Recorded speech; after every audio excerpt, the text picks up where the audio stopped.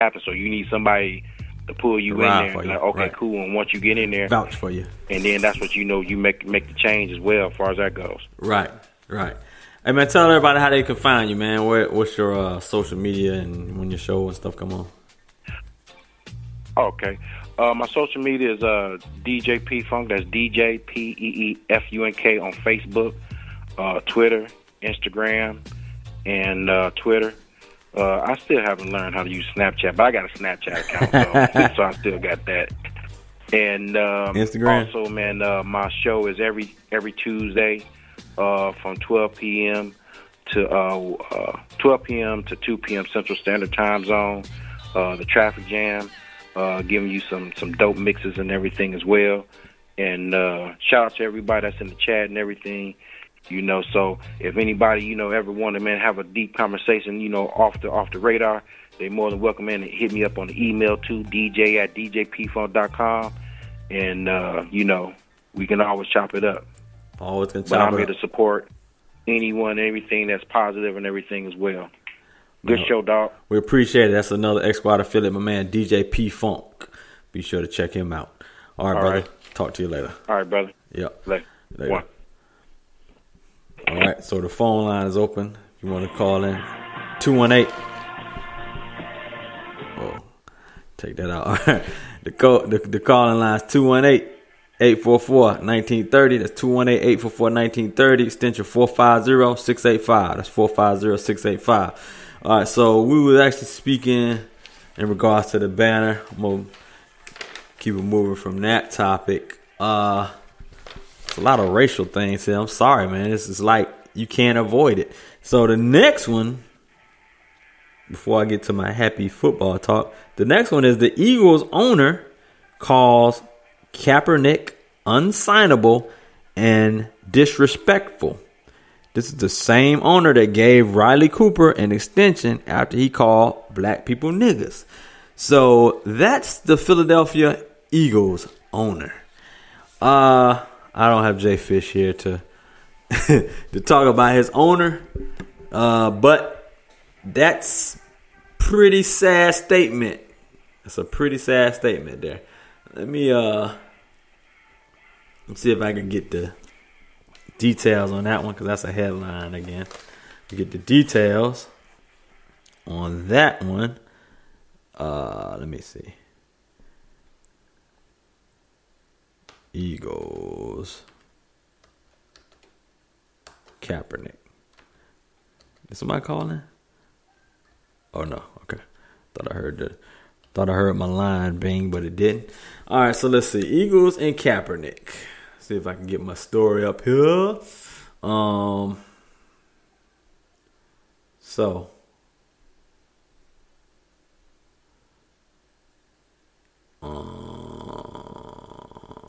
all right, here we go. So, this one is actually from the Inquirer. Colin Kaepernick's act is a non-starter for Jeffrey Lurie's Eagles. The owner is Jeffrey Lurie. Hold on a second, got somebody in here. All right. Hey, man, who we got here? This is Kevin Gray of the Clutch Talk Sports Radio Podcast. Oh, we got my man Kevin. Hey, my man Kevin's a fiery dude, man. What's good with you? How we doing tonight? When you started talking about the Colin Kaepernick situation in relation to Jeffrey Lurie, the Eagles owner, I had to make sure I get myself heard real quick on that. Oh, there you go, man. I don't have to address it, man, because I know what kind of fire you bring. So I'll let you go in and get on that. So this is my man Kevin, another X Squad affiliate with the Clutch Talk Sports podcast. Another new show that we brought on. Show found on SoundCloud. Man, the floor is yours, brother. Well, the ironic thing about this entire situation is that this is another owner who has shown the hand of what other NFL owners are thinking. We had Steve Bisciotti, the Baltimore Ravens owner, and I apologize, my baby girl is sitting there watching the Thursday night game with me. But we had Baltimore Ravens owner Steve Bisciotti show his hand and had his lackey Ray Lewis come out and say why the Baltimore Ravens didn't sign Colin Kaepernick, and now you have Jeffrey Lurie, owner of the Philadelphia Eagles, saying that they couldn't sign him because he is disrespectful, and they didn't think he was signable. So this is just another case of these owners showing their hand on why Colin Kaepernick is justified in doing what he's doing. These owners have decided to systematically ostracize Colin Kaepernick out of the league because of not only the fact that he protested, but they didn't like the form of protest that he took. So now you have another owner who has decided that he will try and keep Colin Kaepernick out of the league. And it's sad that these owners have, at the very least, systematically decided to keep him out, or at worst, have colluded together to ensure that Colin Kaepernick does not have an opportunity to play in the National Football League. So it tells me that either A, these owners are sympathizers of issues not pertaining to black and brown people in this country, or at worst, they do not care about the situations or the issues that Colin Kaepernick is dealing with. My contention has always been, why would you not want to bring in a guy who is doing Walter Payton NFL Man of the Year type of work into your franchise, especially in cities like Cleveland, especially in cities like Minnesota, wherever the case may be, Jacksonville, where they need a quarterback, and not have a guy who positively influences an organization, is bringing positive light to your community, and then in turn you can help your community where your cities play at and put yourself in a position where you are showing the communities that you not only care about their issues, but you care about the type of play that you bring in for franchises representative of your franchise. So Philadelphia, obviously, is the city of brotherly love for a reason, but when it comes to signing a Colin Kaepernick, I guess there is no love for a guy like that in their franchise. Right. Man, that's disheartening as hell, man. That's what we're dealing with. I mean, it really is, man. It pisses you off, man. It really makes me think about, we got a pretty decent little boycott going. I'm sorry, I can't boycott because I got a lot of money invested in my Falcon seats and stadium PSL, so I can't. I know you got money. But I wish I had something to hit them in their pocket, man, especially these owners, man. You know what I mean? Something to show that we ain't playing. And people don't understand it. I mean, these owners take this stance.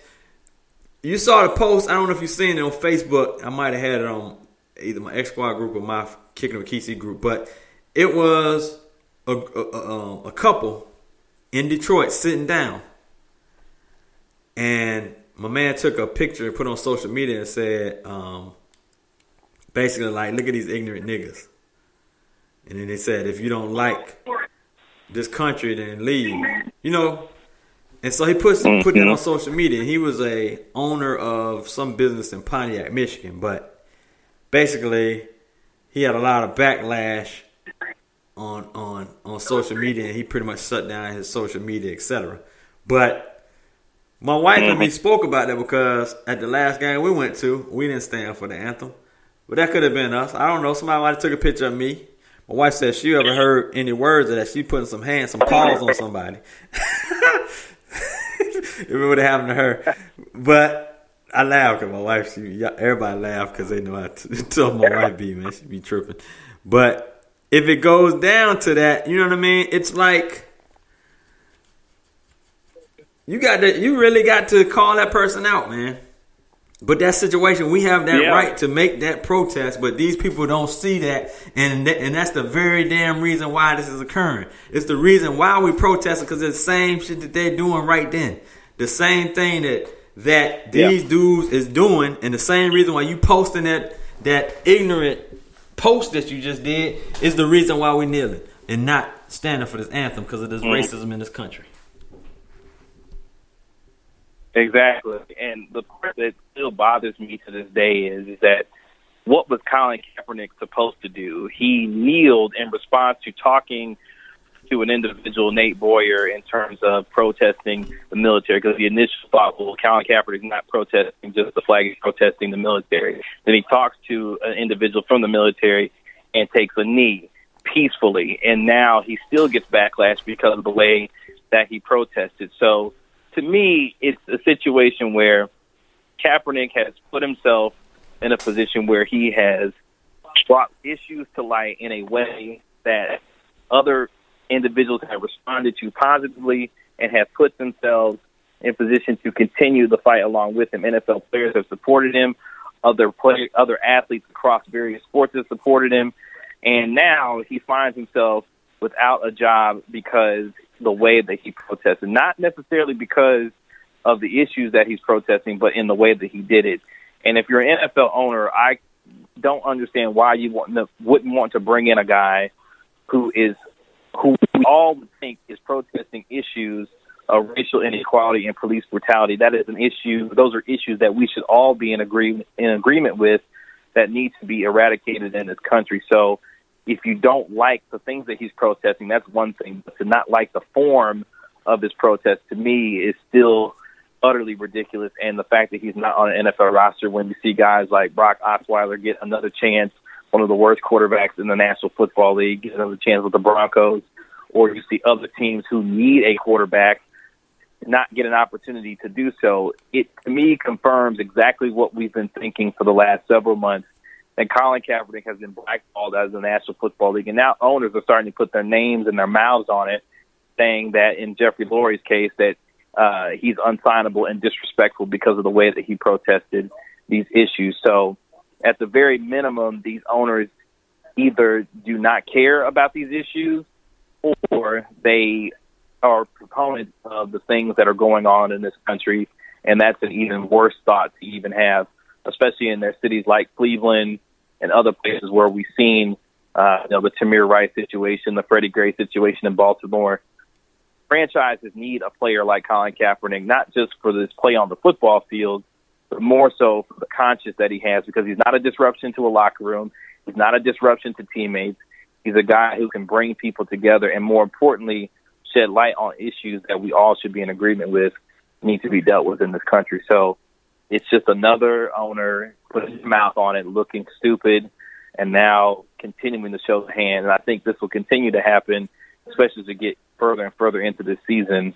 If Colin Kaepernick doesn't find himself on an NFL roster, more and more owners will be willing to put their names on it because they know that he's not going to get signed, because they systematically decided to keep him out of the league to begin with. So I want to see what's next from the NFLPA, what they're going to do, because I've waited long enough for DeMaurice Smith, the NFLPA executive director, to make a move on this. I want to see what they do next in response to all that's happened with Colin Kaepernick, because if something doesn't happen from their standpoint, I'm not sure what they're really good for at this point. Unions love to fight, and I don't see a bigger, better fight than fighting for one of your own who's been systematically kept out by NFL front offices and GMs across the National Football League. So we'll see how that goes. Whew, that's what I'm talking. Did y'all hear did y'all hear Kevin Gray? Clutch Talk Sports. Listen. This dude brings fire all the time. I've heard 2 previous shows before this statement here, and I was highly impressed by one of our new free agents to the X Squad affiliates. This man brings the fire, and he is super intelligent with it. He brings conviction with it. And if y'all ain't listened to his show, then y'all doing a disservice to yourselves. Go listen to Clutch Talk Sports on SoundCloud, xsquadaffiliates.com. This show, I'm telling you, he brings it. You ain't got to take my word. You just heard that little clip from him basically saying his little piece right there. And if that wasn't engaging enough, then you go listen to that show. Where you from, man, anyway? I'm in Dallas, Texas. You in Dallas, right? That's right. You're in Dallas, right? Woo, man. Yes, sir. I'm telling you, man. Awesome, man. Awesome stuff, man. Awesome stuff. And we appreciate it. And, hey, man, I really appreciate the way you bring it, man. Where you went to school at? Went to the University of Missouri in Columbia. There you go. Proud Tiger. Yes, sir. Hey, there you go. I can tell, man. He's a college educated brother, man. You know what I'm saying? The words that he, you know what I'm saying? The words that he uses.